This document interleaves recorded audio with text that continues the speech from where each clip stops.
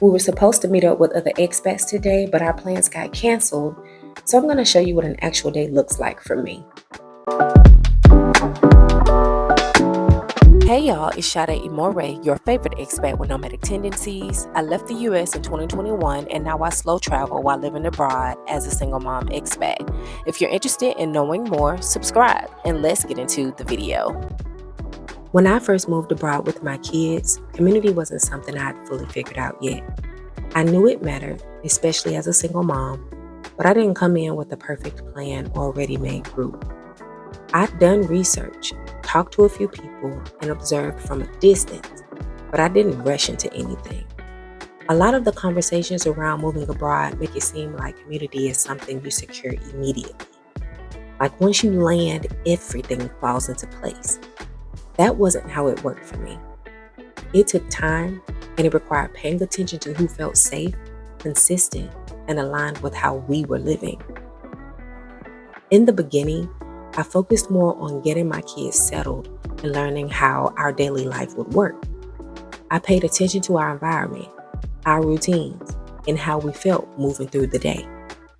Community wasn't absent, but it wasn't the center of everything yet. It grew alongside our life instead of being the foundation of it. Looking back, I'm glad it happened that way because it allowed relationships to form naturally instead of out of fear or pressure. Community for me didn't start online or in group chats, even though I joined a few. It formed through real-life interactions and repeated proximity. It came from seeing the same people regularly, having conversations that weren't rushed, and letting trust build over time. My kids benefited from that because they were able to relax and be themselves instead of being pushed into something unfamiliar too fast. That kind of environment made a difference for all of us. What stood out to me was that the strongest connections didn't feel forced. They didn't come with expectations or labels. They came from shared experiences and time spent together. Some of those relationships are still part of our lives now, even though people have moved on to different places. That showed me that community doesn't have to be permanent to be meaningful. It just has to be real. At the same time, I've learned that community isn't always a solution people make it out to be. I've heard of women moving abroad and immediately attaching themselves to the first group they find because they're afraid of being alone with their kids.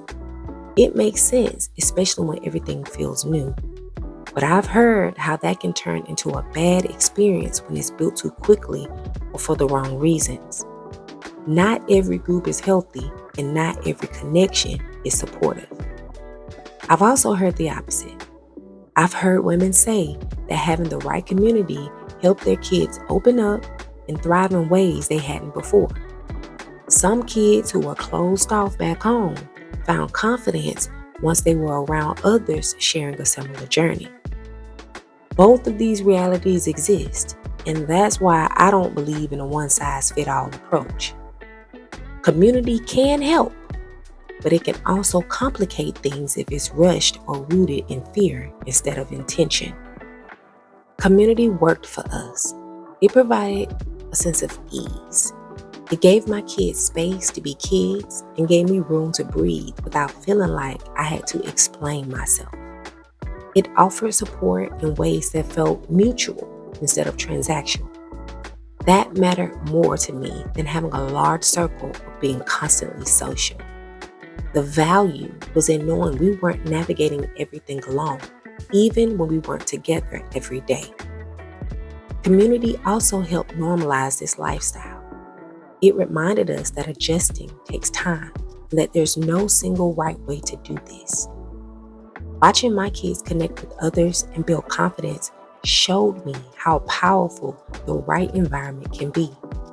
At the same time, I learned that community doesn't need to show up daily to still be meaningful.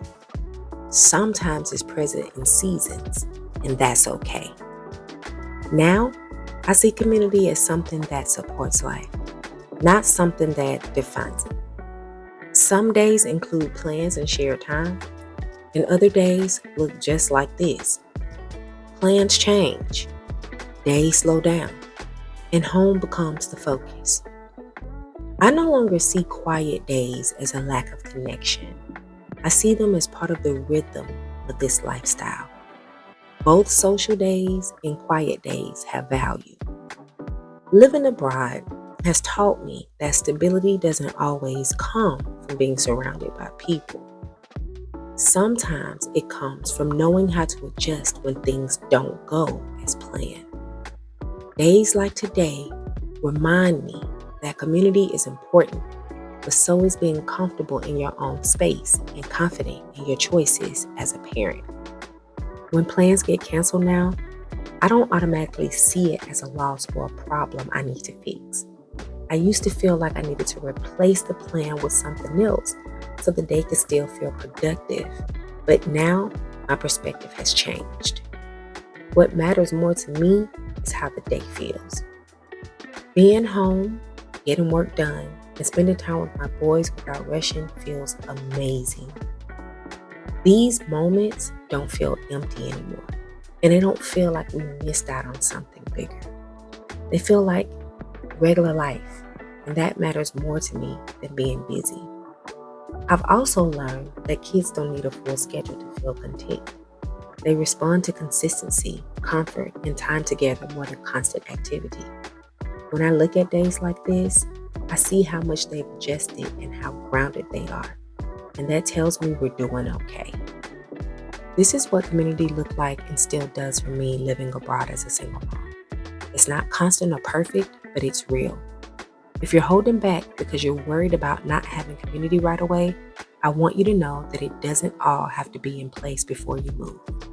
I hope this gives you a deeper, clearer picture of what's possible without feeling like you have to have everything figured out first. Thanks for watching, and I'll see you in the next video.